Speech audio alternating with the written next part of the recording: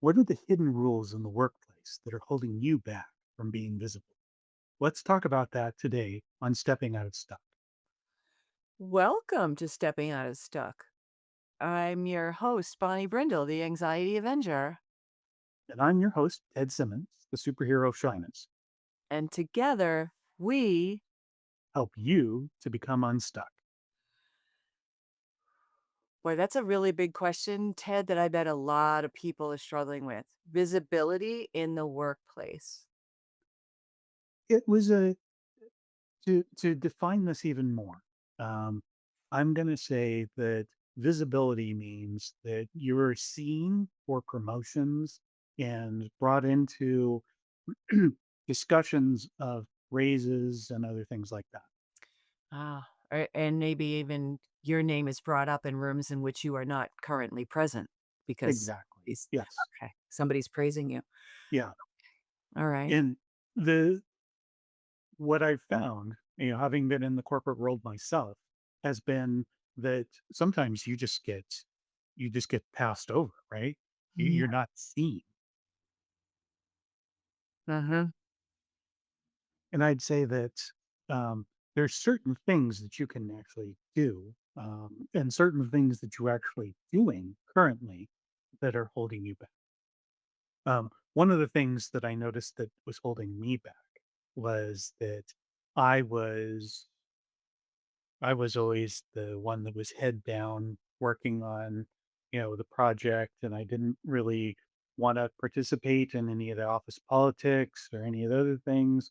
I was um, including many other programmers, right? When you're a programmer, you're interacting with the screen. You don't want to see anything else.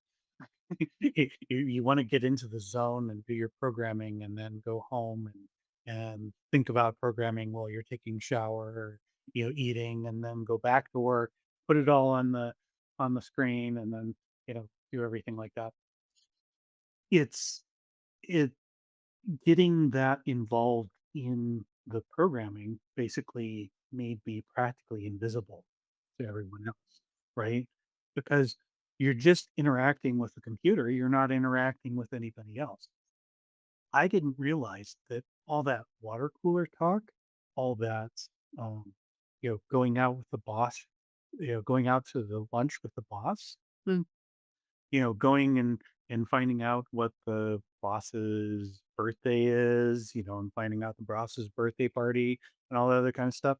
I didn't realize how important that was until I got later into my career and I started, you know, wanting to get into those leadership positions. Mm, okay.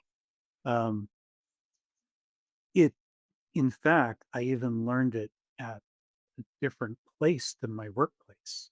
I was actually in a club and I learned all the politics of that club, of my dancing club that I was a part of. And it wasn't actually in the workplace, but when I realized that the same rules applied both places, oh my gosh, it was eye opening. Okay. Because what you just said right now was that it was easier for you to feel visible in a context where you had more confidence, more comfort, right? Yes. Okay, because I can relate to that. Like right away, I'm seeing myself in the horse world and being respected for what I know and do there, and it's just like completely natural. Mhm. But hearkening back to the education world where I worked for 25 years, I spent some of that time hiding and just, like, backing out and, like, "Yeah, I don't wanna get into that," kinda situation, especially with a supervisor for some of those years who was a saboteur, and I wasn't fearful of that person because I'm not somebody who can be bullied by other people, and I was protecting other people sometimes from this person, but it changed the whole dynamic of the whole environment of this school, and so I'm working with middle school kids, and I'm doing my thing and working with them and their parents and all the stuff, recognizing that with all my years of experience and all the things I could do, that I could move into a different position if I wanted to, outside of the classroom, into the network or the district higher level, and I never pushed myself or like connected you want like to be visible, you want to connect with people ahead of you, right? So and discuss the things that are happening and share your ideas and such so that you're noticed. And I think like you described in your workplace and I'm telling you about mine, sometimes we just like, yeah, I'm not going there. We just back off the whole getting to know people. And like you even said, the social things that come up sometimes where supervisors in higher positions than yourself could get to know you better just as a human being, right? In a social setting, but you avoided that at that Right. time, right? Yeah. Um, and then the other thing, like, not wanting to be caught in the gossip, like, you said you mentioned the water cooler talk and not wanting to be caught in the gossip, and, I have that, "Ah, don't talk to me about it. I don't care who's having an affair. I don't care what's going on." But what else happens in those conversations is what's coming down from above, like what's being planned for our company next. And if you don't at least go and listen and pay attention, then you might be sidelined or blindsided, excuse me, about something coming for the company that you might even, had no idea about because you weren't in those conversations, right? Right. So, Right. yeah, I can see what you mean by sometimes it's just easier to just be invisible, just do your thing, but you get passed over. Right. There you were as a programmer in the corner grinding out the work, "La, la, la, la, la, la," and everyone was dependent on you to do that work and knew it would be done really well. Why would they go searching for you to promote or change your position? They won't, Right. right? You Yeah. you just keep Yeah. on in that corner there, Ted. Do Yeah. great things for us, and we won't promote you. We have to reach by connecting with people ahead of us in order to be made more visible. Place, yeah, Yeah. It, and it's easier in a place where you're comfortable, like, with me you in the dance world and me in the horse world. It just comes naturally. exactly. Yeah. It, but what's interesting is that, as we get further and further into the technological age, right? We're starting to be further and further apart. And we're doing things like video conferencing and not being in the office, working remotes and other things along those lines. Yeah. That's actually making you more invisible. Yeah.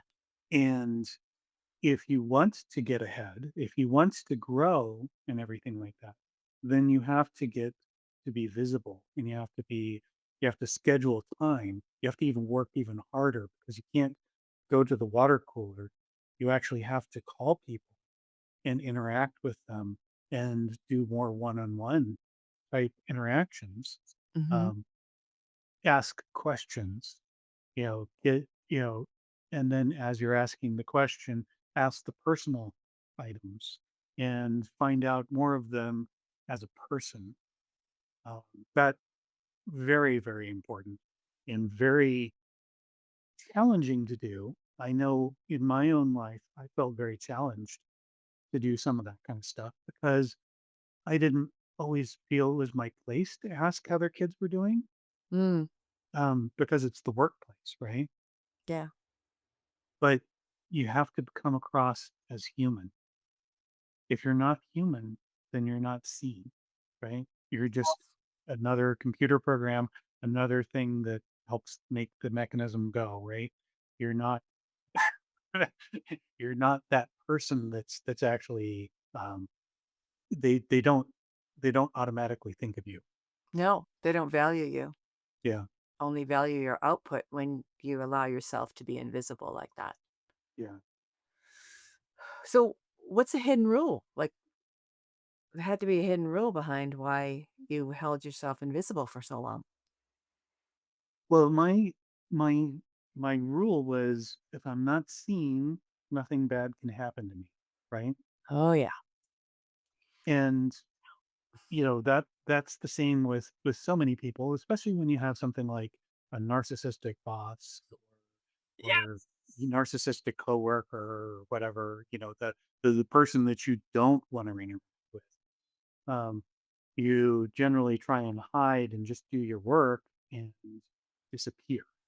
Yeah. And that doesn't that doesn't feed you, right? It doesn't give you the promotions, it doesn't give you the other things. Even if you're doing excellent work or whatever, the problem is that it's a social system, Mhm. and it's your social capital that basically helps build you into that social system, Oh, it really is. It really is. And that hidden rule makes sense that, if you don't stick out, you won't get your neck chopped off kinda thing. right? Right. So the opposite of that, you have to be seen. You Yeah. have to be visible, Yeah. Yeah, and after that, stage was a lot of years I spent in the education space. After that stage of really, like, just checking out and not wanting to promote myself, wanting to push forward and be visible, I decided that wasn't what I wanted, and I really started thinking more clearly about connecting myself with the people ahead, and so I was, connecting with principals, connecting with assistant superintendents around ideas, and letting people see that I was a leader among other educators. And then that opportunity to move into faculty coaching suddenly opened up. And I was invited from other people in the school. I was the person invited to move forward. So I know that that would not have happened if I had stayed in that I'm not going there to be visible space. I decided I was done with that, and it made all the difference in the world to connect with people ahead and to pay more attention to what was going on, to what the movements were gonna be in different areas of the district and such, and who was doing what. And it did benefit me, and it didn't feel and I think this comes up for people sometimes, Ted, it didn't feel like gossip, like I was, you know, looking to find out little details about people. It wasn't like that, but knowing just knowing what the mechanisms are doing around you and how they're gonna affect you has everything to do with helping yourself be more visible in the direction that you wanna go. right? Yeah. I'd even say, that leads it back to, something that I want the listeners to remember. Okay. What protected you gave you skills. Yes. One, when you understand them, you can put them to use, and those skills can build lasting confidence, Whew, I need to write that down. right? Yeah, I need to put that That on the fridge. yes, that to me actually says that, you know, in our discussion today, right? As a shy person, I know what to avoid. I know who to avoid. I know who I would go to find safety. I know who I would go to find more power or more influence. Mm, Um, those are you the skills your protection gave you right there. right? Yeah. Yeah. Okay. Y and you can emotionally read the room. You can see what emotions other people are having. You can see the people that are really shy. You can see the people that are really not shy and are working towards leveling themselves up. Yep. You Yep. know, you you have all of these skills. Use them to build yourself, right? Mm. Use them to see what's happening. Use them to understand what's going on, and then you can grow. That sounds like the way to move forward, Ted. I appreciate how you described that. Well, I hope our listener got something out of that if you're feeling invisible and maybe recognizing that a lot of that is your own doing because those protections that you've held on to can be used as skills now.